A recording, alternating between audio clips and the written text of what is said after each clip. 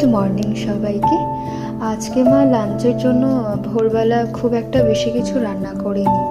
গাজর সিদ্ধ আর আলু সিদ্ধ করেছিল, তো বাড়িতে কচু আর মাছ ছিল, মা রান্না করতে বলেছিল আমাকে।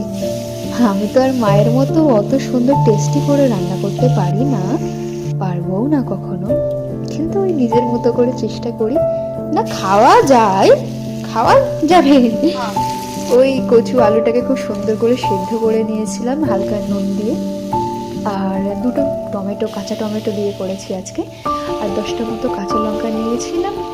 ওই একটু তারপরে জিরের গুঁড়ো, ধনের গুঁড়ো, মরিচের গুঁড়ো, সমস্ত মশলা হালকা হালকা দিয়ে একটু কষিয়ে সুন্দর করে তারপরে ভাজা মাছটাকে দিয়ে দিয়েছিলাম। আর হ্যাঁ, আমার মশলার মধ্যে সবচেয়ে প্রিয় বলতে পারো এলাচ। এলাচটাকে খুব সুন্দর করে থেতো করে ওপর থেকে ছড়িয়ে দিয়ে নামিয়েছিলাম, আর খুব সুন্দর হয়েছিল খেতে।